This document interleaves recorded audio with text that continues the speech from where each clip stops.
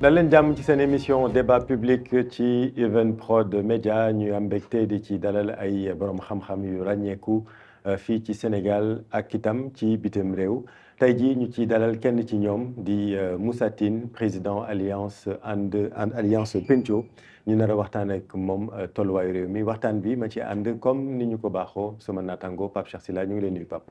ñu ngi lay fay di bëgg di feggoog yow saa su ne Chérif Diop kon Moussa Tine alliance démocratique Pencco moom mooy suñu gan boo bëggee rek koo xamante ni da lay décrypter les dynamiques politiques ak institutionnelles amoon lu ko gën moom doon na jafe kon kii mooy suñu gan tey ci débat public.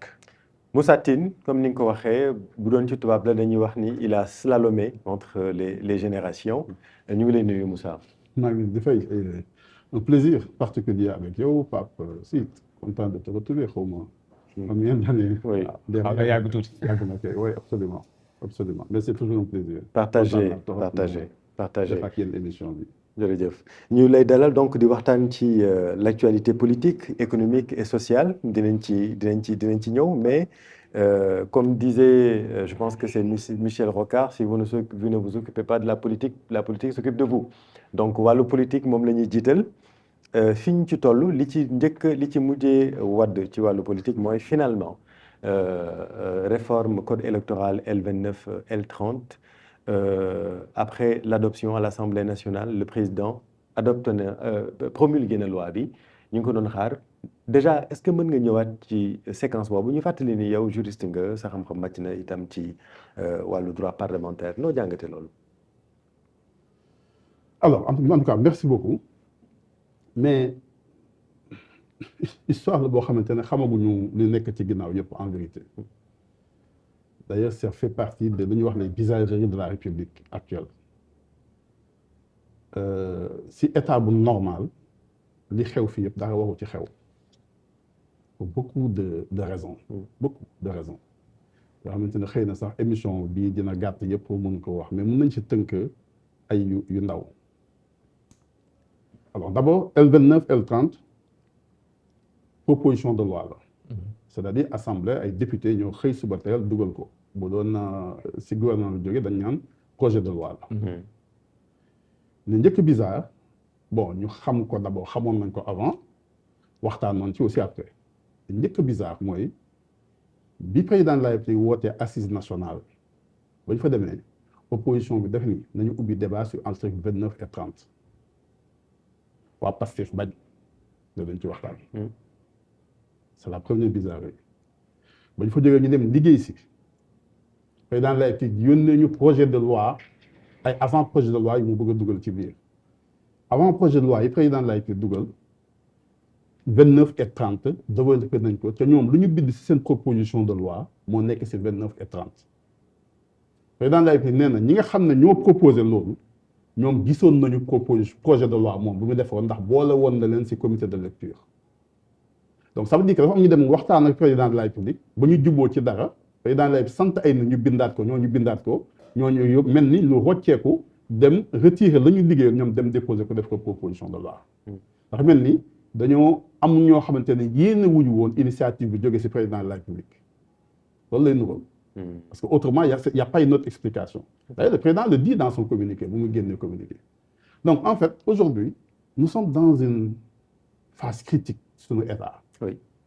Et on ne se joue pas de la République. République kenn du ko foyee. C'est-à-dire gis nga les divergences yu nit ñi mën a am personnel lu ñu war a am warul feeñ ci état nu mu bindoo ak nu muy doxee. Or dans cette affaire-là on a l'impression que ñoom ñëpp lenn la ñu bëgg te waxoon naa ko yàgg na ne woon naa ne le premier ministre bu bëggee doon candidat il a les moyens politiques doon candidat moo ko defee am na sax seen i nit ñu taxaw xeex xuloo wax ma ne ma lu tax ngay wax loolu kii mënut a nekk candidat je dis oui ça je n'en doute pas. Oui. Mais je dis il a les moyens politiques parce que dès lors que il a la majorité à l'Assemblée nationale am na moyen politique pour dem modifier loi bi koy tere nekk candidat mu ñëw def ko lan moo tax defu ko woon jamono jooju. te loolu lañ def. te loolu la mujj def. loolu la mujj def c'est que benn instant bu ko defoon li ñu def maire Dakar du jàll. donc dañoo bàyyi ba rey maire Dakar ba mu dee ñu doog a dugal loi bi ci biir assemblée donc ñun li ñu doon bañ bu njëkk ne dañuy bañ république bi di fonctionner sur intérêt nit wala intérêt parti politique loolu la ñu continuer tey di ko def sans s'en rendre compte mais nag am jamono yoo xamante ne politique dafay metti et souvent dañuy wax Sénégal ne aujourd'hui wax dara contre waa Pastef dafa jafe parce que yàlla mooy bind noonu yenn saa yi nit yàlla def làmmiñ ci barkeem bu waxee nit ñi tudd nit ñi kii donc les gens jusqu'à présent on est dañuy wax société post-vérité post-factualité c'est-à-dire que la perception est plus importante que la vérité les gens n'écoutent pas la vérité c'est-à-dire que y a une sorte de manichéisme partisan bu am Sénégal bon boo bokkee ci parti bi baax nga boo ci bokkul bon nga boo bokkee ci lii bon nga y a un mythe du système qu'on a mis en place ci lii système la bon kii si système bi la bokk donc système bi la bokk nit ko bon la bon bokkul système bi nit ko baax c'est ça qui marche alors que en réalité il y a aussi benn instant une responsabilité citoyenne dafa am responsabilité c'est-à-dire la responsabilité de réfléchir de regarder les choses froidement xool ndax lii jaadu na wala jaaduwul mais dara du jaadu parce que diw moo ko wax rek jaadu na diw waxu ko jaaduwul non ça marche pas comme ça notre république là il faut ñu delluwaat tegaat ko ci ay raay tegalaat ko ci doxalin bu jaar yoon et damay wax souvent ne nit du république du ay nit ay principe kese la ñu ñuy respecter et ça je l'écris souvent sur les réseaux les gens comprennent pas il faut que ñu dépasser loolu et d'ailleurs excusez-moi d'ailleurs ma yokk tuuti la principale divergence man bi ma am ak waa Pastef c'est ceci c'est-à-dire que dañoo xëy ñoom jël pouvoir sur trois choses projet focus système tout le monde répète la même chose alors on dit système baaxul système bi mais ñoom bu ñu remplacer système bi dañ ko bëgg a remplacer ak ay nit en même temps c'est un système mën na bañ a baax mais mënoo dindi système bi teg fa ay nit li bon si ne ay nit la ñu war a def mooy da nga war a taxawal loo xamante ne ëllëg ku gën a bon si ñun bu yegg si woon si nguur gi tamit nguur gi dina ko tënk ba du mën a xaabaabal Trump plusieurs fois essayé na ay affaires aux États-Unis yoo xamante ne yàgg na fi nekk ci biir réew mi kenn mënu ci daal mu ñëw di ko taxaw mais benn juge mooy xëy na ko lii du jàll c'est ça un système mais nous on va faire le pari sur des hommes kenn si ñun sellul nit bu sell amul non personne dans l'homme providentiel non ça n'existe pas loolu amul ñun ñëpp nous avons des faiblesses énormes souvent d'ailleurs am na benn président africain bon je lui ai dit d'ailleurs c'est ay kanamu sénégalais ma ne ko ce qui est bizarre yow bi nga nekk opposition da nga nekkoon nit formidable une très grande intelligence mais da nga yegg si pouvoir rek dafa mel ni dafa changé c'est l'impression que dafa am benn virus bu nekk dans les palais africains nga xam ne wala si nguur yëpp d'ailleurs si africain yoo xamante ne bu nit yegg see day mel dañ koy soppi principe yi mu doon défendre dootu ko gisati na mu doon waxee dootu ko gisati et immédiatement bon même leen wax naan réalité du pouvoir amul da ngay ñëw ñu gis ñoom épuisé nañu maintenant la réalité du pouvoir alors ça marche pas comme ça nit dafa ndaw ci pouvoir dafay dëxëñ da koy tënk moo tax il faut toujours nga def loo xamante ne dafay jat ak nit ki ba su bëggee xëy aw nit du mën a jaar waaw mais Sénégal judduwul tey Sénégal bi moom boppam depuis 1960 la suñuy institution ñu ngi fi boobu ba léegi naka lañ mën a ñëwee rek mu am alternance politique di tic au tac république bi ñu salfaañee ko noonu ça veut dire aussi que ne du ñi fi nekk rek suñuy institution dëgëruñ non c'est-à-dire que jusqu'à présent gis nga les institutions tiennent encore moo tax gis nga c'est les deux choses moo fi nekk gis nga d'ailleurs ñun suñu institution yu dëgër moo ñu sauvé c'est lu fi xew yëpp yeneen dëkk yi nga xam ne li xew Sénégal 2021 2023 yëpp xew na fa institutions yi dañoo dëkk bi dafa mujj nermel mais nous aujourd'hui on a une armée silencieuse mais très républicaine et nous on l'a compris soo demee tey nga xool suñu niveau armée bi ak ñu nekk si biir ngay xam ne du ay nitu caaxaan ay nit yu jàng dañu defi science politique yi defi droit constitutionnel dans les grandes écoles dem fa man li ma yàlla dimbale mooy c'est dans mes activités de consultance à l'international la découvrir armée sénégalaise comment xam ngeen di fekk ñuy jàngale réforme du secteur de la sécurité gouvernance secteur sécurité dem di aider ay pays ñuy réformer seen i dëkk réformer seen institution militaire di construire une armée républicaine moo tax l'armée sénégalaise est respectée ba les gens dañuy yaakaar sax ne dañu parce que dañoo mën a xeex kese dañoo xam ki non c'est parce que aussi ils ont l'intelligence de la ay intellectuels yu mag ñoo fa nekk la police sénégalaise aussi c'est la même chose man damay nekk école am na ñu jógee lycée ñu jógee police ñu jàng si ak man defandoo ak leneen donc dañuy jàng ñoom ñëpp dañoo xam-xam et c'est ça qui a fait que nos institutions là solides gis nga lii xew nii Sénégal présentement moo forgé la démocratie sénégalaise xam nga li ngay wax léegi nit ñi dañuy dem ba yaakaar ne Sénégal 2024 la commencé. Et ça c'est une erreur. li xew nii exactement moo xew exactement en 1962. Entre Senghor et Dia. Senghor et Mamadou. Exactement. Exactement dans les mêmes termes. Il n'y a pas de différence. Mamadou Dia dit à Senghor ne ko sa motion de censure bi yow dañ ko war a discuter ci parti bi ba noppi. La prééminence du parti. C'est exactement ce que dit Ousmane Sonko. Ousmane Sonko dit hey moi je suis pour le parti État. moo tax tey su ma am na ñoo xam ne dama gis ñu nekk ak Ousmane Sonko di liggéeyandoo ak moom je lui demande souvent qu'est-ce qu'ils lui disent parce que ñooñu seen vie yëpp toute leur vie ils ont passé ça à combattre le parti État.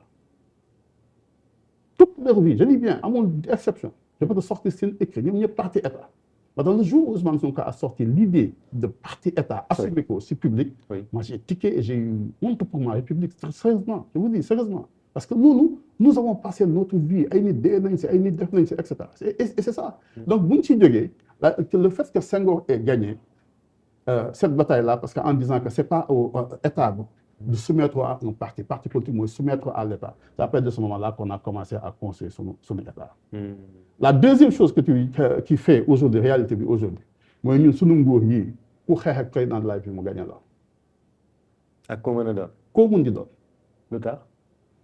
parce que bu ñu génnee 62 dañu ne dafa am crise au sommet de l'État ñu ne bicéphalisme bi ñun jiguñu et regardez de 62 à maintenant tout ce qu'on a fait mooy dañoo taxaw di tabax ay institutions yoo xamante ne président de la République dafa am doole te kenn mënut a wujje ak moom kenn mënu ko diir ak moom nag.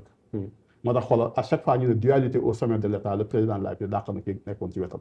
oui toutes les crises yi ñu dund génération bi dualité au sommet de l'État moo koy. mais am na ñuy wax ne au-delà des textes d'accord textes yi def na un président fort à la tête du Sénégal mais nit ki ko incarné moo ëpp solo est-ce que moom dina ko assumer wala déet. waaw c'est-à-dire que président par exemple nu mu ñuy déglu le président de la République. J'étais très content parce que dafa défendre les principes de la République. C'est vrai. Principe yi lii man justice ni laa gisee nii laa gisee nii laa gisee. Donc j'ai entendu le président de la République. Mais j'ai pas entendu le chef de l'État. ok nuance boobu. Exactement parce que loolu oui dafa am ay principes yoo xam ne c'est les principes de la République la indépendance de la justice lii fii la war a taxaw lii fii la war a taxaw lii fii la war a nekk lii fii la war a nekk mais am na loo xamante ne boo si mënut a tirer ay conséquences doo ko wax. am na ministre yoo xamante ne dañuy taxaw sama gouvernement dégg naa koo xamante ne ça on le fait dans un état normal. le ministre là ne doit plus être ministre. mais tamit. c'est ça est-ce que conséquences yooyu noonu nga wax parce que bon sur le plan politique xëy na peut-être ngay def allusion mais conséquences yooyu noonu mënaguñ ko tirer tout de suite et maintenant. oui mais si c'est-à-dire que xam gis nga on te donne les moyens de gouverner. oui c'est-à-dire parce que xam nga ñu si waxtaan tout à l'heure gis nga. li ñuy expliquer noonu ñu ne par exemple jël nañu benn texte yóbbu texte bi ñu ne dafa am erreur dafa def loolu ça c'est des choses mun na am parce que nit ay ñëpp ay doomu aadama waaye kenn du ko génn ci biti. oui alors pour rappeler séquence bi mooy seconde lecture bi nga xamante ni président de la République demande na ko Assemblée nationale et te loolu mi ngi déparé ci benn erreur matérielle boo xamante ni c'est le président de l'Assemblée nationale El Malick Ndiaye lui-même moo ko révélé. mais en fait la première chose c'est que c'est pas une erreur matérielle. erreur matérielle mooy juum naa ci bind bi et cetera c'est une erreur substantielle parce que amendement la bu jaar fële on a obligé fàtte ko dugal ça donc erreur substantielle c'est la première. la deuxième chose mooy xëy na am na ku ko fàttee dugalaat parce que amendement bu xew la ci biir procédure bi donc texte original bi loolu newu ci woon. d'accord mais am na ku ko fàtte ba ñuy yóbbu version pour président lay pour mu promulguer fàtte nañoo dugal loolu. mais ça c'est des choses qu'on règle dañuy wax le dialogue des institutions là on les règle ci biir dellu texte bi dugal peut-être contexte politique bi moo tax que ñu def ko ci penc mi. mais justement c'est ce contexte là la ñu dugal yëfu nit ci biir fonctionnement wu république. et c'est ça égo yi ak sentiment yi. égo yi sentiment yi xeex bi nekk ci suuf leneen li ci nekk ci suuf et ça le citoyen ordinaire waxu ko yëg. oui. Les gens n'ont qu'à se débrouiller comme ils veulent. Il faut qu'on reste dans le kii. Et là après boo affaire bi génn il a tranché comme ku nekk ci état. xam nga maa ngi wax tout à l'heure ne la gis nga bu dee da nga bëgg a jàpp rek ne état moom ay nit kese la leneen yëpp ay caaxaan non état ay symbole la kese. symbole ay symbole la ay mythe la kese du leneen lu dul ay symbole. ak ay mythe. xam nga drapeau national bi doo xëy si ba ne ab saga rek la ab morceau kese la pourtant morceau la. mais lu muy représenté moo tax hymne national musique la tey bu ñu tegoon fii Youssou Ndour wala nga teg keneen bu la neexee nga fekk boobu ba dee mais bu ñu nee hymne national musique la comme beneen musique mais ñëpp ay taxaw boo romboon bu ñu paree ñu ko def boo paree gendarme yi jàpp la parce que c'est simplement le mythe c'est ce mythe là de la République la ñu nekk tey di ko. Quand Abdourahmane Diouf dit ni parti État ni État parti la République rien que la République. Oui, c'est ça en fait le principe. Oui, c'est ça le principe. Oui. C'est-à-dire vraiment oser assumer. Et ça, c'est des choses yoo xam ne da nga koy wax si benn instant mais un jour ou l'autre ça te retournera contre toi. xam nga dafa am benn moment boo xamante ne loo waxee nit ñi dañ lay jublu nguur day toll foofu. oui na nga ko seetlu nag. na def 2 ans na def 3 ans mais après acte boo mës a posé.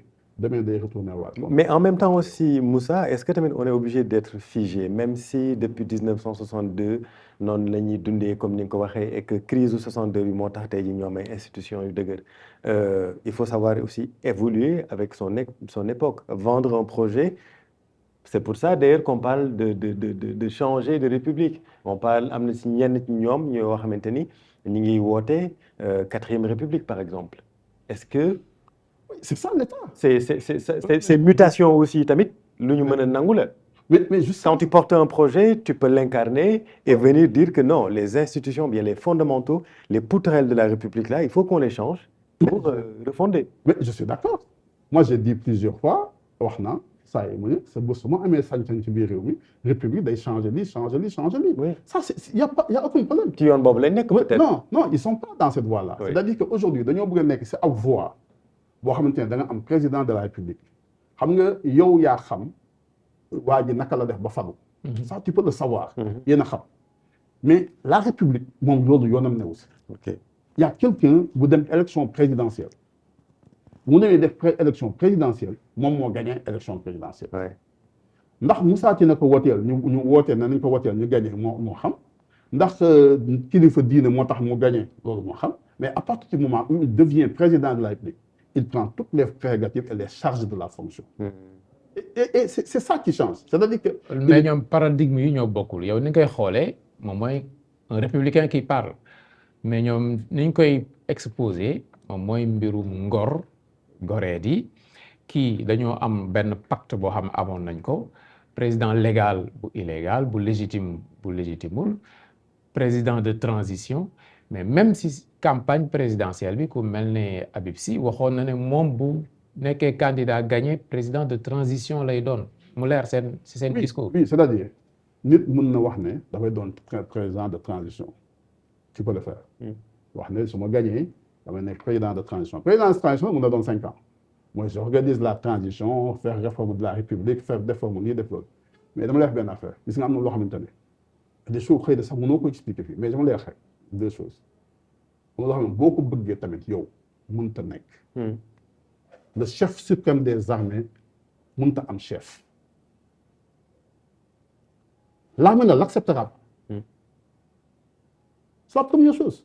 La deuxième chose le président du conseil supérieur de la magistrature les magistrats qui sont un autre pouvoir mën nañoo am chef benn chef la ñu am c'est le président de la République duñu chercher seen chef parce que ça aussi les gens se trompent. Même quand les gens disent le président est la première institution de la République c'est faux.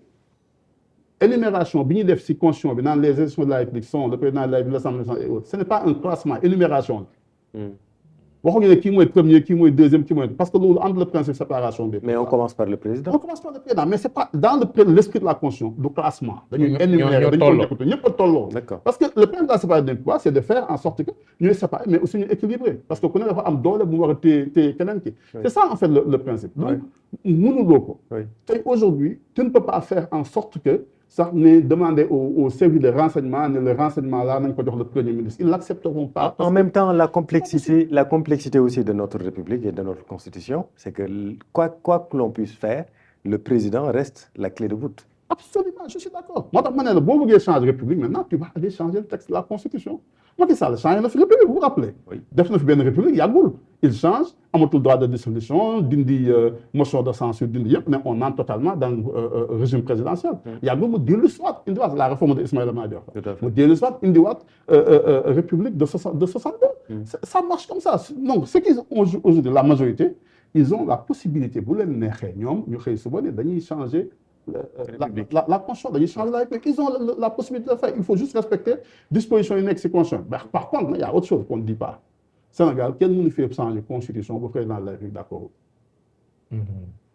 président daal am na doole Sénégal. am na doole bu d'accordulee kenn mënul changer constitution Sénégal su ma ko waxee tey nag ñu bëri nañu xëy weddi ko mais dafa am ay clé yu nekk si biir constitution yi boo xamante ne même buñ nee na l'initiative de la révision appartient au président de la République, aux députés dëgg la wax la pousse bu muy jaar mais boo xoolaatee texte bu baax ci xel bëgguma nekk consultant wu kenn. mais boo demee di nga xam ne bu président d'accord même bu député yi jëlee initiative. si le président n'est pas d'accord kenn mënut a modifier. même si on adopte la loi. tu ne peux rien faire si le président n'est pas d'accord. mais la non promulgation n'est pas diriment. non c'est-à-dire aujourd'hui ñun Sénégal mënuñoo am problème mu non publication. président lay ne am na lu ñu ko xañ amoon na ci droit mënoon naa saisir conseil constitutionnel c'est qu'ils ont dit que mënul saisir conseil constitutionnel ils ont eu tort c'est faux. Bon, ils pouvaient promulguer comme on en a saisi conséquence. Par contre, le président a dit quelque chose, c'est vrai. C'est-à-dire, le jour où, avant le projet de loi Bidial, ni l'Union européenne, la proposition de loi doit exister. Daf koy teggi. Daf koy teggi. Léegi ñoom bu ñu bloqué projet de loi yu président. Bloquer le projet de loi de la Constitution. Parce qu'aujourd'hui, c'est à ce niveau-là que nous avons. Si cette assemblée existe toujours. Si cette assemblée existe toujours. Cette législature, oui, la 15e. Parce que toute la bataille que les gens sont en train de mener aujourd'hui et qui nous tient en otage, oui, c'est que xeex bi yëpp dafa am ñu bëgg a am victoire avant ñu yegg décembre. Dëgg la. Et pourquoi? Et il faut expliquer pourquoi décembre. Et c'est pour ça parce que décembre, la législature lui dit à 2 ans. Et que le président pourra dissoudre l'Assemblée nationale s'il le souhaite. S'il le souhaite, c'est ça le problème. Et pour n'importe quelle raison. Et même sans raison.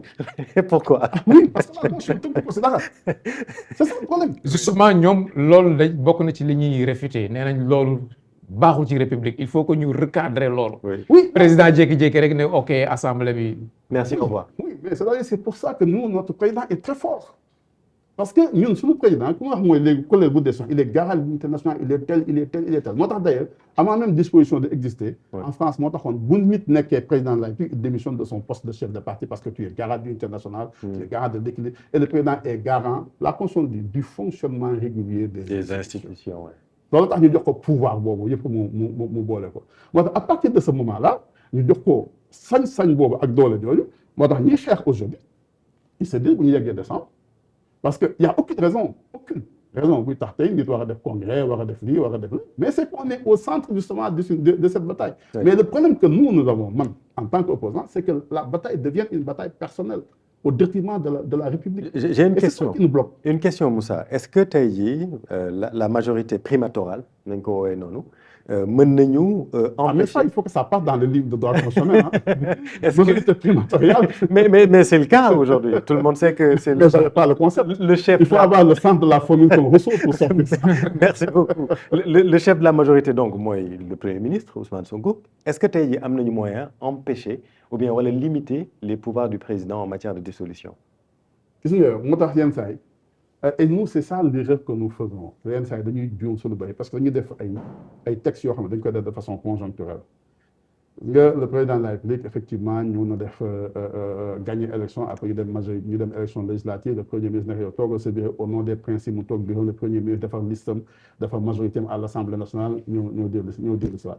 Bon, c'est une bataille que nous avons tous menée ay temps même quand Wade bu mu jëlee effigie bëgg a bokk ay campagne on a toujours dit le président de la République amul ci droit.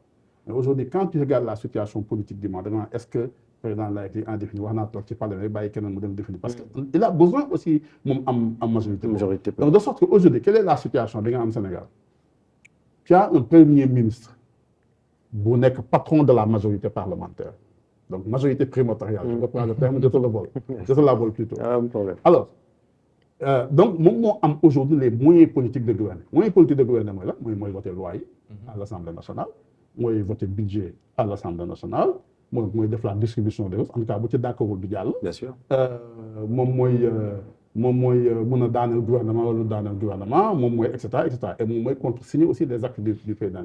Alors aujourd'hui même je vais te dire moi je suis sûr que tey am na ay ministres ay nit yu nekk ci nguur gi yoo xamante ne kenn ci autorité yi bëgg na koo dindi parce qu'il y a des gens qui sont vraiment xamuñu dara ci lu ñuy def ils font énormément d'erreurs dans la gouvernance il y a beaucoup d'erreurs mais aujourd'hui mënoo leen dindi parce que boo leen dindee boo xamoon tey ne dind naa leen boo leen dindi di nga am problème parce que boo ko dindee kii ne la signé wu ma boo bëggee nommer keneen kooku ne la tam dindi wu ma ndax du ma compte signé ce qui est arrivé le syndrome Samba Ndiaye donc on a une république qui est bloquée par ces deux donc kii moo am pouvoir politique bi mais ki am pouvoir politique bi amul les moyens institutionnels de gouverner les moyens juridiques de gouverner Sénégal c'est le président de la République moo ko yor. ku nekk tey sa bopp wax naan leen kon wala ngeen bàyyi ma boog ma gouverner.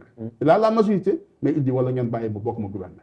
Alors il y a quelque chose que le premier ministre a dit c'est pas ça exactement il dit amul benn premier ministre bu mos a am Sénégal boo xamante ne néew na ay pouvoir moom nu mu néewee ay pouvoir. Oui, il dit que moom en réalité amul moo gën a néew pouvoir ci ñi fi tous les premiers ministres au Sénégal moo ci ëpp ay pouvoir moom rek moo am pouvoir ne lii le budget président de la République di toll kenn amu ko moom rek moo am pouvoir nekk premier ministre boo xam kenn ko dañ ko désigner même le président de la République ne peut pas le démettre c'est ce qu'il pense il peut mais c'est des subtilités il peut pas le démettre donc moom c'est à la limite même il n'est même pas démis il est désigné.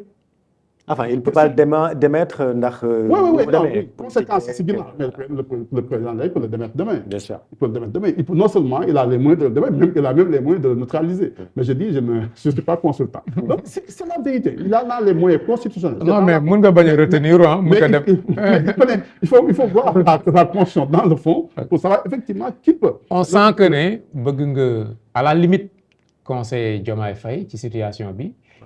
Mais qu'est-ce que lan moo la retenir? Non pas du tout. Non pas du tout. Ou peut-être rejoindre Diomaye président? Non, ce n'est pas dans mon agenda. Pas du tout. Avec FDR, non, c'est pas dans mon agenda. Bon. Non, donc tu as ça. Donc mais il n'a pas les moyens parce que aujourd'hui tu nommes le président de la République au Sénégal. Il nomme le premier ministre. Il nomme les ministres sur proposition du Premier ministre. C'est lui qui accrédite les ambassadeurs. C'est lui qui reçoit les lettres d'accréditation. C'est lui qui peut saisir le Conseil constitutionnel. Il est chef suprême des armées. Il nomme aux emplois civils. Il nomme aux emplois militaires. Donc c'est lui qui a le pouvoir de prendre un décret. C'est lui. La Constitution dit juste il peut autoriser le Premier ministre à prendre. Seulement tamit moom président bi mu ngi Pastef te patron ci biir Pastef c'est le Premier ministre loolu tamit. Bokk na ci jeu bi bokk na ci li tenir en compte. En politique mais en institution c'est le patron de tout le monde. C'est le patron de tout le monde. C'est ça la différence et c'est ça que ay nit yu nekk ci benn niveau bi c'est à ce niveau-là qu'il a tout. Vous savez la difficulté que nous avons aujourd'hui au Sénégal bi gën a mag mooy on a un déficit d'intelligence de gouvernance c'est-à-dire on n'a pas assez de mains expertes. C'est pas gentil ça. Donc mais c'est la vérité. C'est-à-dire État c'est pas simplement une connaissance didactique comme ça xam ay textes xam ay mais esprit la intelligence la lu ñuy jàng la lu ñuy mokkal la lu ñuy dund la expérience bu yaatu la bu nit di am xam nga aujourd'hui pas n'importe quel politicien pas n'importe quel truc n'importe qui jëlal n'importe qui lu mu mën di jàng lu mu mën di xam. Mais ñoom ñi gouverner ils ont longtemps acheminé aussi dans l'administration. Ils ne sont pas sortis ex nihilo. Non, ça n'a rien à voir. Ça n'a rien à voir. Ça d'abord ñoom ñi gouverner c'est deux personnes, mais il y en a d'autres yoo xam ne c'est le premier travail. C'est-à-dire que koo xamante ne tey xamoon nañu imputer un courrier. Je vais vous donner des exemples. Gis nga je vous en parlais tout à l'heure. Le ministre Djiboka bi muy génn ENAM bu muy nekk université déjà. Il siégeait moom bureau politique du parti socialiste. loolu dëgg. bu mu génnee ENAM donc mënoon nañu ko yóbbu palais wala def ko ministre premier poste affectation Djiboka adjoint au gouverneur de Saint-Louis parce que Senghor xam na ne nguur dañ koy jàng dañ koy mokkal dañ koy xam yarin tax ñu indi woon bomb. yarin dafa am looy sañ loo mën a wax ak loo mënta wax. bureau organisation et méthode. Exactement am na fi ñoo xamante ne y a des choses yu ñu wax ci biti fii ci mbedd bi boo ko waxoon temps état dëgg dans un état normal waxuma Sénégal la ñaan Senghor Abdou Diouf dans un état normal. doo fanaan si mais est-ce que loolu tamit nekkul li ngeen ñu yàgg a naxee rek. parce que comme le dit le premier ministre Ousmane Sonko da ngeen ñu yàgg a naxee état day am réalité alors que lui il dit que état yaa ci def say réalité. et la réalité mooy réalité bi nit ñi di dund bi ñëpp xam mu leer.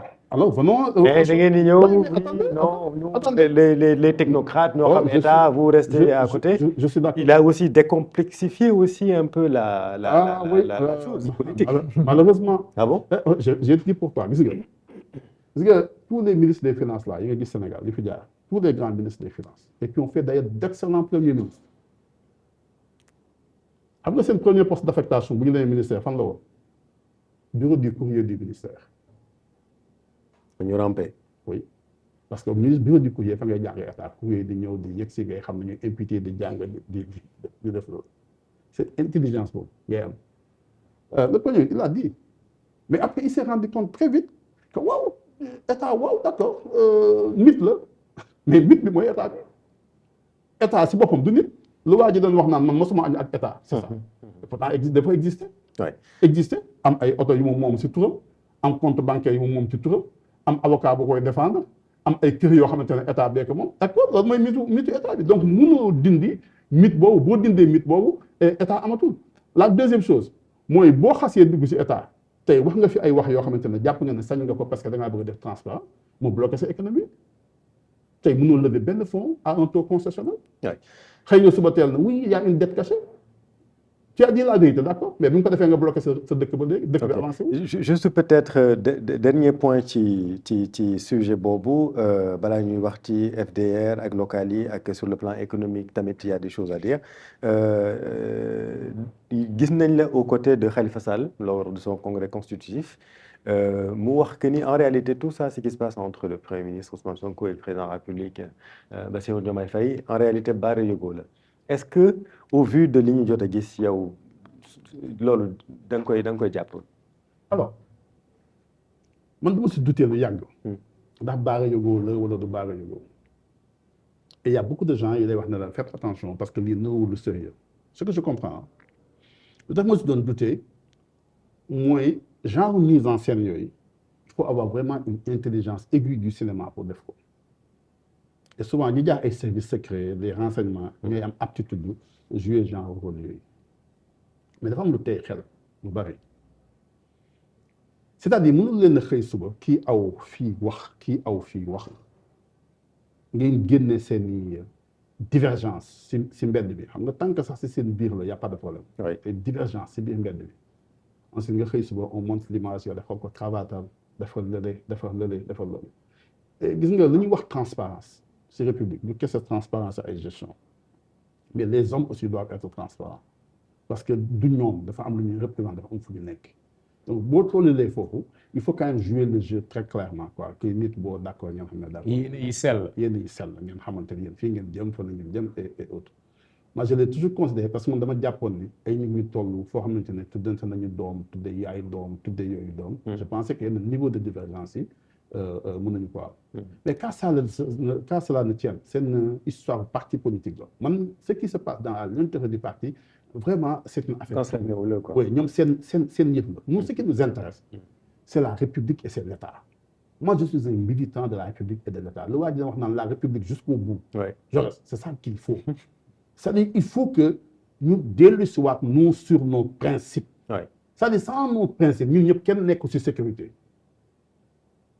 personne d'entre nous n'est en sécurité c'est les principes qui nous sauvent mooy tax suba lu mën di xew et gis nga boo wàccee ci principe yow état et que tu deviens faible Farba Ngom la bi ñu gën gis aujourd'hui mais il a développé am na sympathie bu énorme ci biir nit ñi alors que ñun ñu nekkoon sur le peuple de l'alternance opposition avant nous tous bu ñu waxantee dëgg on le considère comme un adversaire mais à partir du moment où le premier ministre est descendu des principes tudd turam ci wàllu politique mais nit ñi commencé dem di ko faral. On a considéré que son dossier était un dossier politique. Oui. Même si c'était des propos de campagne. Oui, mais c'est ça le problème. Mais c'est le premier ministre. Et parce que le développement personnel, ça opère difficilement en politique. C'est-à-dire c'est difficile nga gëmloo nit ki ne kii kan mu wax fi pré la woon wala kële parce que li nga waxoon après ça a été suivi d'effet. Aujourd'hui tu prends quelqu'un comme tout ce qu'il y a comme prisonnier politique. Les gens sont restés combien de temps fële donc dignité doyul. procédure dafa am procédure yooyu nga xam ne moom la ñu teg moom mooy tax ñëpp nekk ci jàmm. Ousmane Sonko surtout lui le président de la République surtout lui ñun ñëpp dañoo xeex parce qu'on avait considéré que ni ñu leen jàppee baaxul waruñu leen woon a jàpp ñu dem xeex ci ñoom ay nit nangu perte seen bakkan ci biir dëkk bi parce que qu'est-ce qu'on a considéré on a considéré que y avait une logique de parti politique dans la distribution de la justice donc boo ko xeexee yow ba nekk si boo yegsee si nguur il y a des choses yoo xamante ne il faut savoir se l'interdire. Oui. Le Front pour la défense de la démocratie de la République FDR dañu bëgg a dem à l'unisson ci les localités du jëm Pape. waaw opposition bi noo gisee reconfiguration bi globalement. Alors Sénégal ce rapport-là c'est très intéressant man sama bopp j'en rigole souvent et ça on a besoin en certains moments effectivement nous tous ñu rationaliser suñu jeu politique et il y a quelque chose boo xamante ne moo ñu topp ñun depuis ay années yu bëri mooy ne Sénégal amul positionnement idéologique c'est-à-dire doo demee si yenn dëkk yi kii famille politique bii la bokk kii famille politique bii la bokk ñii ay socialistes lañu ñii ay libéraux lañu ñii droite lañu bokk ñii gauche lañu bokk et en fait solidarité ça s'est fait de façon idéologique ñu nekk Sénégal depuis toujours on se positionne par rapport au pouvoir ñaari positionnement la ñu am ou tu es du pouvoir ou tu es de l'opposition et souvent nag attitude de pouvoir mooy indi rapprochement boobu souvent attitude de pouvoir mooy indi rapprochement parce que boo nekkee di xeex ay nit immédiatement réflexe de sécurité mooy pousse ñu ne ñun kat bu ñu boolewul tey c'est intéressant parce que FDR il y a les libéraux et les socialistes dedans boo demee nu ñu wax Benno Bokk Yaakaar aussi tu avais l'extrême gauche pousse les libéraux de l'APR boo demee seet tam Ablaye Wade ñu mu àndal gouverner pendant très longtemps c'est des gens de la gauche qui l'ont même porté au pouvoir dem jëli Amath Dansokho Savané jëli ko c'est la gauche moo ko porté au pouvoir bu mu yegsee au pouvoir ñoom la njëkk a xeexal ensuite moom aussi quand il met le mouvement Soppi ñoom aussi la nekk la mais donc ça aussi ça dépend de l'attitude du pouvoir bien souvent parce que xeex bi la c'est-à-dire il faut pas ñëw rek jël nguur rek ni ñi ay guñaan fii la ñii il faut ñu réduire leen ni à la plus simple expérience tout le monde tous les pouvoirs ont fait la même erreur c'est d'abord une affaire de système électoral parce que même système électoral daf lay pousser ngeen booloo nekk benn sinon du ngeen gagner élection par exemple aujourd'hui si les gens dem élection à mode dispersé dañuy gagner benn commune c'est ça la vérité parce que c'est le système électoral bu ñu wéetee aussi ñoom aussi ku nekk sell ku nekk ñëw attaquer les personnes moo tax nit ñi en certain moment ils sont obligés donc il nous faut nous c'est un défi de la classe politique sénégalaise il nous faut arriver à un certain moment nous autres hommes politiques à transcender nos différences pas en tant que positionnement si pouvoir mais ay famille politique yu commencé judo ñi nga xam ne ay socialistes ñu nekk ay citoyens ñi nga xam ne ñoo nekk à droite ñi nga xam ne c'est des gens de la droite ñi nga xam ne ils sont au centre nga xam ne c'est des gens du centre mais ça c'est fait partie justement de qui et malheureusement il faut quand même aussi le dire dafay tax souvent askan wi jéppi homme politique yi ça aussi c'est la vérité parce que image bi ñuy renvoyer souvent mooy image boo xamante ne xëy na gënul mais les gens n'ont pas le choix ils n'ont pas le choix c'est-à-dire ils sont obligés dem uniru dem bokk fii dem bokk fii moi je me rappelle d'ailleurs pendant tout le temps bi ñuy mettre en place Yewwi Askan Wi moi je connais ay nit yu nekk à l'international ay président de la République ay chancellerie yu doon jaaxle lan moo tax ku mel ni Moussa Tine ku mel ni Khalifa Sall mun a ànd ak waa Pastef et moi je leur disais oui mais parce que en réalité pouvoir bàyyiwul beneen choix ñeneen ñi lu dul ñu ànd defandoo seen xeex bopp munoo nangu ñu affaiblir la munoo nangu esselé wu ñu ñëw kase la c'est ça le problème donc il y a un certain nombre de discours yoo xamante ne il faut qu'on l'arrête la toute puissance aussi du pouvoir sur les forces de l'opposition aussi il faut ñu arrêter ko parce que ce que les gens di fàtte souvent mooy l'opposition n'est pas tolérée mais dañu yaakaar ñoom mën naa yor pouvoir tey da nga maa nekk si nguur tout le monde dit ça man maa nekk tey si nguur donc man maa am puissance état alors yow mi nekk si nguur la constitution daf li ne boo nekkee si nguur da nga war a am opposition mais la toute puissance du pouvoir sur l'opposition je pense que Pastef en sait quelque chose ah oui absolument mais le problème parce que c'est un parti quand même qui a été dissous on a longtemps parlé de ex-Pastef et les militants emprisonnés des centaines voilà soutenu xeex parce que jaaduwul moi j'ai combattu ça wàcc ak ñoom si tali bi j'ai écrit sur ces choses là bu ñu barricade des këram je suis allé sur le terrain dem xeex loolu et j'ai écrit que c'était pas légal même quand bu ñu ko jàppee jusqu'à présent je considère que même son dossier Adji Sarr le dossier est illégal je le considère et je le dis encore je pas dit ay faits mais le fait que ñu saisir le conseil constitutionnel ñu enclenché malgré tout la procédure je considère que c'était illégal que le début de la procédure baaxul je le dis toujours donc man changé wu ma dara sur mes convictions je considère aussi que Sénégal le président de la République a trop de pouvoir dañu war a renforcer les pouvoirs du premier ministre ça ce sont des consensus mais je ne change pas aussi sur ces choses là mais l'erreur Chérif c'est que tu ne peux pas combattre benn affaire pendant tout ce temps-là yow nga nekk ci victime pendant tout ce temps-là nga sonn ci réew mi wàcc xeexal la nga ñëw yow jël pouvoir bëgg a reprendre yow li waa pouvoir ba la doon def. Oui. Donc pour les locales, pour revenir sur ce sujet-là, donc face à la machine PASTEF, parce que c'est aujourd'hui une machine, voilà, 130 députés à l'hémicycle. 4004. Ce n'est pas rien, 4004 si vous voulez. Ça c'est pour chambrer, c'est pas gentil. Mais yéen, est-ce que yaakaar ngeen ni mën ngeen faire face? Parce qu'il y a aussi Diomaye président à côté. Oui, c'est justement ça. C'est-à-dire qu'aujourd'hui, on va être dans un système. Bon, après, mën na nekk système mu 2 voies, mën na nekk système mu 3 voies. Alors, bon, je me lâche un peu. Oui. Alors, la question qu'on vient poser wu tey, mooy ceci. Est-ce que Diomaye dafa bëgg a dem réellement dans l'opposition à Sonko, c'est-à-dire avoir sa propre liste, ou bien est-ce que dafa bëgg a peser réellement pour que buy dem législative mu am une part effectivement aussi de la liste bu Pastef di présenter. Erreur bu mu dul defaat mooy bàyyi Ousmane Sonko kese mu dem Assemblée nationale am moom kese liste boppam am moom kese les députés yi am ak foofu à l'Assemblée. Donc il y a un jeu stratégique derrière. Donc tout l'enjeu ndax dañuy dissoudre décembre wala dañuy dissoudre décembre 2026. C'est ça le problème. Oui. Mais aujourd'hui au moins moom am na force boobu et il a épée de Damoclès boobu muy tiir. Donc c'est ça véritablement la bataille. Donc xeex bi réellement c'est aussi de se dire fan mooy opposition ak kan mooy pouvoir. Et c'est ça que je disais tout à l'heure nguur dafay am visibilité. Homme politique dafay am visibilité. Je suis là fii laa bokk fii laa nekk. Là où je ne suis pas d'accord avec le président mooy man maay chef lii bon waaye Pastef laa bokk ba léegi. C'est ça en fait le grand problème. Je comprends très bien. Mais après on a ambiguïté stratégique. Exactement. Peut-être. Oui, c'est ça la vérité. Il faut que le citoyen. Donc positionnement wu Diomaye ba xam Diomaye dafay présent ci assemblée ñu jox ko wàllam ci député yi changer ko wala boog dafay ut liste parallèle face à Pastef loolu dafa am lu muy déterminer lu bari. Absolument. Oui. Absolument. C'est-à-dire qu'aujourd'hui le chantage institutionnel buy tegu ci kawam ba nga xam ne lu bëri mënatu koo am parce qu'il n'a pas les moyens politiques de gouverner. Il n'a pas les moyens politiques. Or nguur moom kenn du ko séddoo. Nguur kenn du ko séddoo. Ou c'est le premier ministre qui définit la politique de la nation, ou le président de la République définit la politique de la nation. Et qui définit la politique de la nation dafa am les moyens politiques de gouverner. Moo tax d'ailleurs boo demee en France bu premier ministre ëppee majorité Assemblée nationale te bokk le président parti loolu mooy indi cohabitation. Bu boobaa le président de la République moom ay inauguration lay def ak ay yooyu mais kii gouverne dëgg. C'est le premier ministre. Bon, ici, on a une cohabitation douce.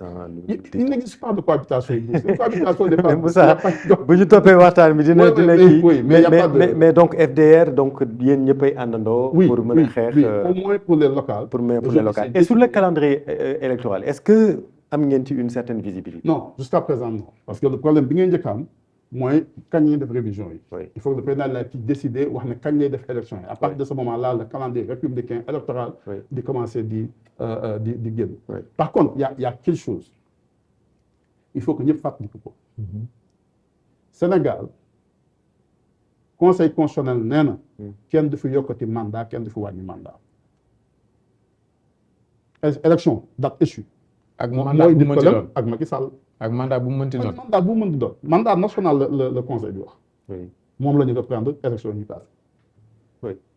Ah bon? Ok. Absolument. Sénégal am na tradition yokku mandat élu yi. Par exemple les maires. Personne n'avait saisi le conseil constitutionnel.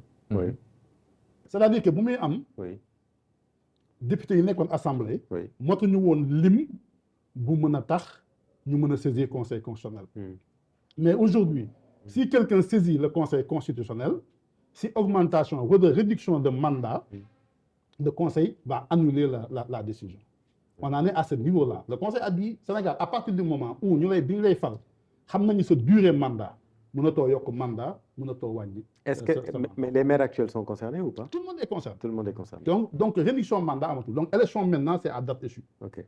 Boo bëggee changer date élection le conseil va te dire mënul nekk. C'est ça qui est arrivé bu Macky Sall reporter élection. Mais le président n'est pas dans cette logique. Pourquoi? J'espère bien. Oui. J'espère bien. Le problème qu'il y a c'est qu'aujourd'hui avec le ministère de l'Intérieur on a eu à échanger ak ñoom. Ils doivent fixer élection yi et ñu xam ndax cette année dañuy def révision ordinaire liste électorale wala ndax dañuy def révision extraordinaire liste électorale. Oui, bu daan le amul temps à presse, partir d'octobre oui le temps presse. Il y a une explication technique que le directeur général des élections avait déjà donné ah xëy na dinañ ci ñëw mais Moussa am na beneen point tamit mooy le conseil constitutionnel déjà on parle d'un avant-projet de loi organique relative à la cour constitutionnelle changement boobu noonu lan la lay inspiré. Alors il faut pas que mu nekk que ce changement wu gis naa lu président propose j'ai lu regardé naa ko xool naa ko. ñun lu ñu waxoon dañu ne woon effectivement dañuy dem cour constitutionnelle. mais tout cour ak conseil amul njëriñ. parce que c'est France cour la réellement mooy conseil la tudd. leen la appellation kese la. donc ñu bëgg a jógee ci ab cour conseil la dañ koy tudde cour am na ay conséquences. par contre li nga xam ne moom la ñu proposé. déjà le nombre va pourrait changer. non ça oui dans la proposition à 9. Oui. mais dafa am loo xamante ne moom lañ doon xaar ñun si biir texte constitutionnel et moo nekk si proposition assise yi et les gens yi gouverner aujourd'hui ñoom dañu ne d'accord nañu ak conclusion assise nationale. Oui. bi changé ba noppi am na lu ñu réglé ça aussi wax fa dëgg yàlla yaa am na avancé bu ñu def si loolu mooy jox nañu conseil constitutionnel compétence générale. xam nga ñun 92 ba léegi dañoo wax ne conseil constitutionnel lii ak lii ak lii ak lii ak lii la mën a def moo tax soo ko saisiree yenn saa yi mu ne la moom il est incompétent. Oui. donc loolu dindi nañ ko jox ko compétence générale. parce que sous Wade quand même il y a eu beaucoup de. Exactement. Le conseil se déclare incompétent. Oui, Abdou Diouf et tout ça yooyu amoon na fi c'est vrai mais ça Abdou Diouf ça se comprenait parce qu'il venait de mettre instituer loolu ñu def part expérimentale et autres. bu ñu demee ba mu ñor on a voulu mu changer. mu changer mooy nañ ko jox compétence générale lu am Mali am tous les pays Sénégal léegi moo si desoon c'est rare pays yu nekkoon. et la deuxième chose bi nga xam ne moom la ñu bëgg mooy comment on nomme les membres du conseil constitutionnel parce que tout le problème est un problème d'indépendance des membres du conseil constitutionnel. moo tax ñun bu ñu waxee dañ ñoo bëgg ñu changer conseil constitutionnel dañ ko changer xam nga tey ñoom sa révision bi ñu indi dañu ne léegi 9 membres la président lay bi mooy nommer les 6 les 3 autres président de l'Assemblée nationale moo koy proposer 5 personnes mu jël 5 yooyu nommer si ñett. donc bu fekkente ne ñoom ñaar ñoo bokk camp ça veut dire que président lay en définitive mooy nommer ñëpp. du dëgg. ñun bëgguñu woon loolu.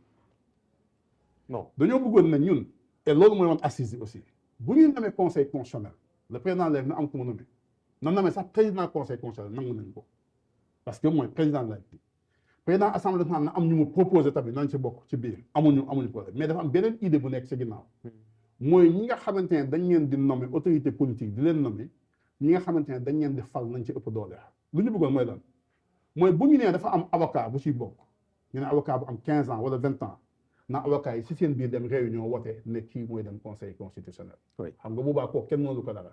dañu am professeur université bi ne professeur université yi daje ñoom si seen bopp ne kii ñoo ko nommer suñu bopp. dafa am fonctionnaire nommé par les pairs quoi. waaw élu par les pairs. élu par les pairs. bu boobaa on a absolument la garantie d'indépendance de la cour constitutionnelle bu ñu bëgg a mettre. Moussa la ñu war a nekk. et gis nga kuy modifier constitution. bu ko modifier pour le temps conjoncturel là. da ngay def loo xamante ne dafay yàgg ci àdduna. Structurel. Voilà, structurel. Plusieurs questions pour jeexal sur le plan économique. Il y a eu beaucoup d'initiatives. Les récentes mën nañ ci citer sunu champion bi nga xamante ni gis nañu vraiment cénacle bi ko constitué keroog ñu président de la République recevoir leen. Le président de la République également parle d'une loi sur le patriotisme économique pour enfin relancer la machine. Ça vous fait sourire, Moussa Tine. Lan nga ci jàngat ci sur ces initiatives-là pour relancer la machine économique du Sénégal? Bon, le problème ñun bi ñu am aujourd'hui mooy les gens font de la finance et ne font pas de l'économie. Finance ak économie du benn. Finance bancaire la ci économie si ngay taxaw pour doxal sa économie mais finance ak économie du benn. À un certain moment il faut faire de l'économie. On ne fait pas de l'économie. c'est vrai gis nga am na jamono yoo xamante ne. États-Unis xaalisu drogue bi moo téye économie bi. am na dëkk yoo xamante ne xaalis lii moo téye économie neneen lay fonctionner. yu bëri da ngay xëy di ko wax xëy na damay wàññi xam nga am na fi benn jour ñu xëy ne bon léegi dañuy dem sax wàññi nu mu tudd. wàññi nañ dégg courant bi mais pour les. oui la tranche sociale. la tranche sociale. oui xam nga loolu bu ñu la ko waxee tey. mais ça c'est effectif hein. mais attends mais je t'explique pourquoi léegi je vais te dire xam nga da nga naan da nga koy wàññi d'accord wàññi naa léegi tranche sociale ci bi. woyofal bi woyofal wàññi nañ ko. dis d'accord et nga ne léegi subvention ba nga koy teggi sur la troisième tranche ok. xam nga loolu boo ko waxee tey nit ñëpp kontaan quoi oui loolu kii et cetera. mais ce que tu oublies mooy boulangerie bi si troisième tranche bi la bokk boo ko yokkee troisième tranche. mais facteur de production day yokku. moom bu facteur de production yokkoo mu yokku njëgu mburu mi. njëgu mburu bi tranche sociale moo koy jënd. EFB fédération des boulangers def nañu conférence de presse il y a pas longtemps d'ailleurs wax ne dañuy génn ci la baguette à 150. c'est de l'économie c'est pas de la finance. Oui. il faut faire attention à ces choses là. aujourd'hui li tax nga am problème tey ci biir dëkk bi. mais Macky Sall a eu le même problème lan moo tax Macky Sall xëy suba teel indi bourse sociale c'est pas parce que seulement dafa baax. mais parce qu'il veut booster la consommation pouvoir d'achat yi boo ko yokkul consommation du yokku. donc boo yokkee pouvoir d'achat ngay yokk consommation boo yokkee consommation nit ñi ëpp lu ñuy jënd ci boutique bi nit ñi bu ñuy jënd lu gën a bëri entreprise bi da gën a produire comme entreprise bi mi ngi gën a produire. création de richesse day créer emploi créer richesse. bu créer ay emploi fay état bi plus d'argent dégg c'est ça l'économie tu ne peux pas changer ça noonu lay fonctionner. donc boo bëggee xëy maintenant nga ne non man fii laa nekk damay assainir les finances ay lii lay def nii lépp xaalis pour fay kese tu n'es pas en train de faire de l'économie. même ce qu'on appelle politique des grands travaux là nga xam ne si théorie classique la bokk xam nga lu tax ñu indi théorie des grands travaux parce que benn instant la boo xam ne état bi dañuy indi ay chantier yu mag pour lan pour créer emploi xaalis bi duggaat ci biir nit ñi dugg ci biir dëkk bi nit ñi dem créer ay emploi ñu créer ay mënal fii kii di pousse boretu kii fii kii pousse la ñii di jaay ndekki ñii di jaay ndekki ruissellement c'est ça qui fait marcher l'économie. mais yow mënoo am économie boo xam ne da nga ni financière naa xool fan laay tibbee xaalis moo tibbee xaalis ma fay si salaire fay l'économie ne marche pas. tu vas juste garantir stabilité exécution budgétaire mooy da yaa ngi fay sa yaa ngi de mais tu n'es pas en train de faire de l'économie. aujourd'hui on a cette carence là on ne fait pas de l'économie on fait de la finance. waaw ñu tenir compte aussi ci li ñu hérité. exactement c'est-à-dire situation difficile. exactement non c'est la situation est difficile et ça aussi ça fait partie des problèmes. et moo tax ñun amaguñu solution à nos problèmes état dafay endetté wu. et dafa am avantage endetté gis nga Ablaye Diop ministre des finances. moo njëkk ñëw assemblée taxaw na leen la dette je vais en user et en abuser. Sous Wade. La dette là je vais en user et je vais en abuser. et tout le deal des états aujourd'hui loolu mooy sax lu ñuy wax dette cachée c'est de voir naka ngay defee ba prendre le maximum d'argent sur la scène internationale.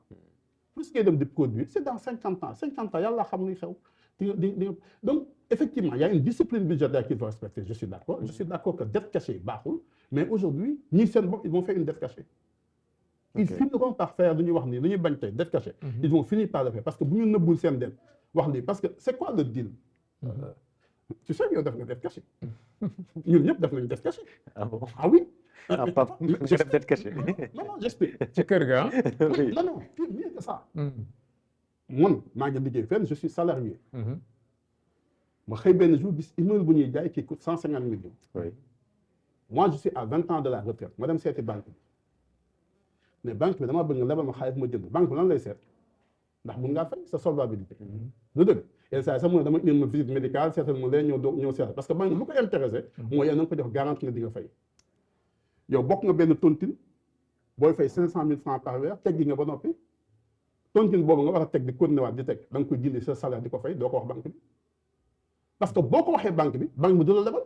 dëgg la leb nga si boîte bi ngay liggéeyee xaalis booy fay doo ko wax banque bi tu le dis à la banque bi du la lebal.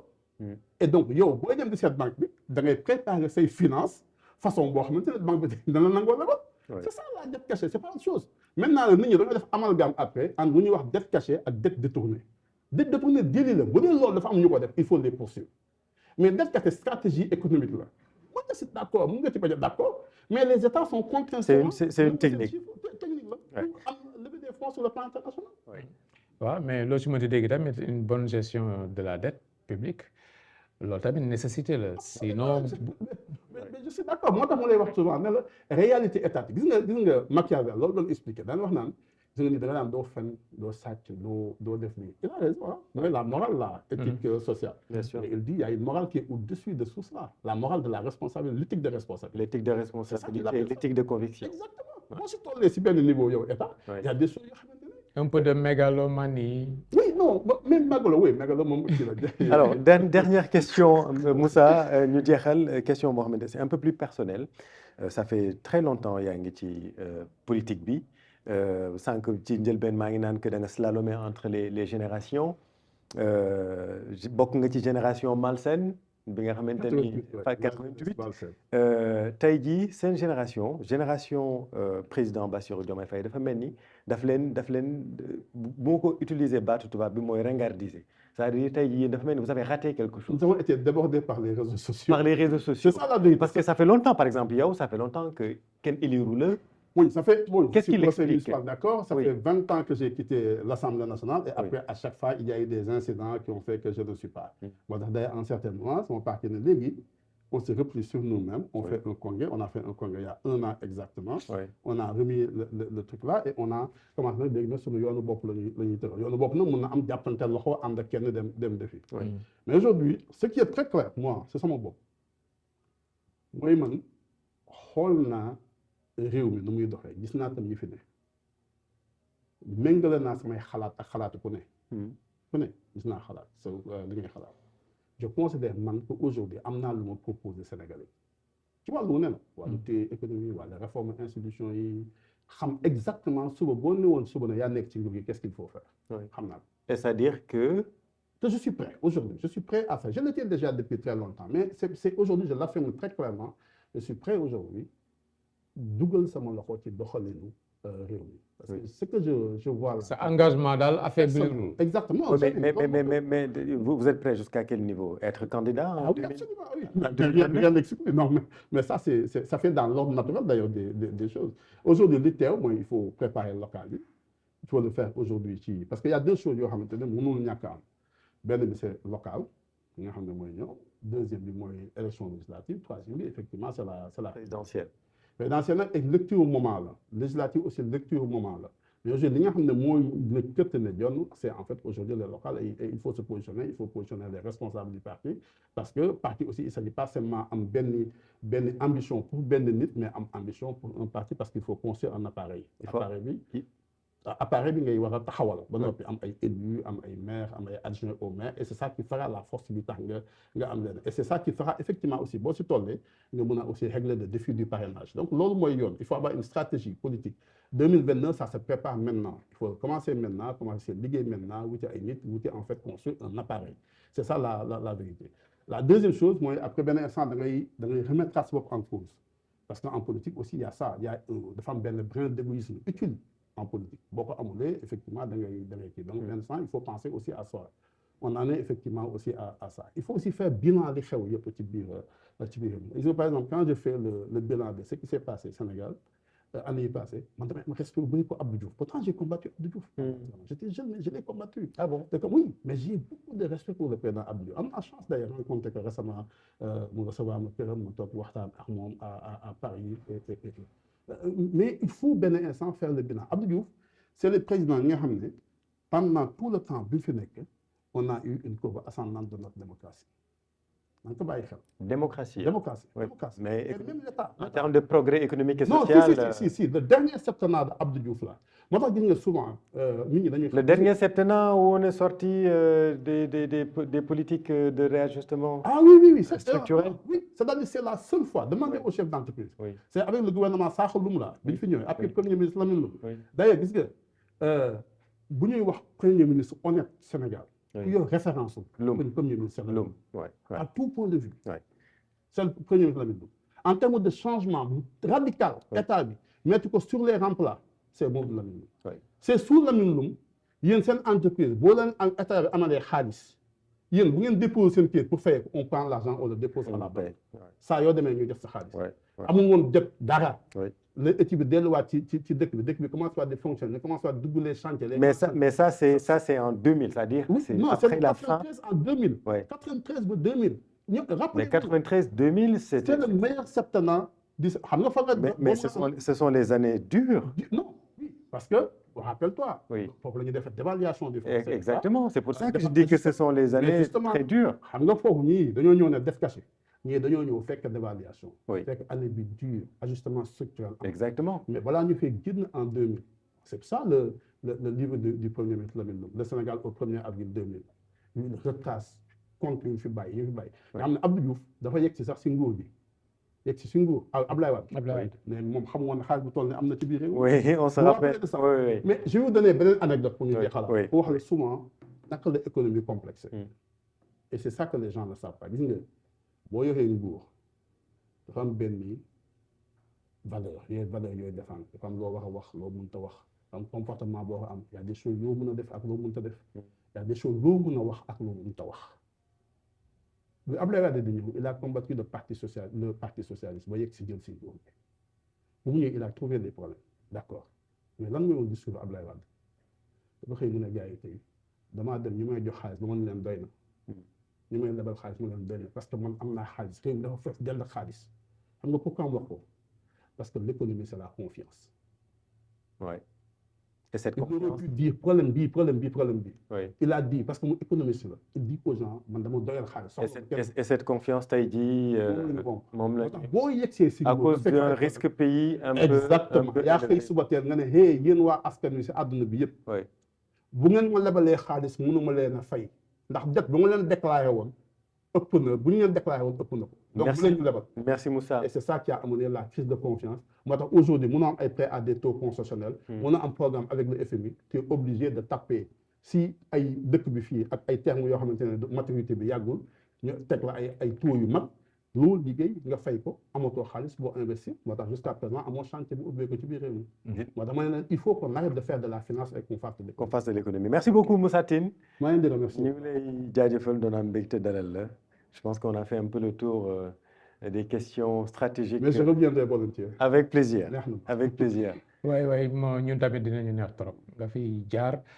ok Chérif Moussa kon mu ngi xalaat fauteuil bi. 2029 bien sûr. mu ngi préparé wu. c'est la petite phrase qu'on va extraire. merci beaucoup jërëjëf yéen ñi doon seetaan ci Evenprod Média ñu leen di dox dig daje beneen yoon ci seen émission débat public.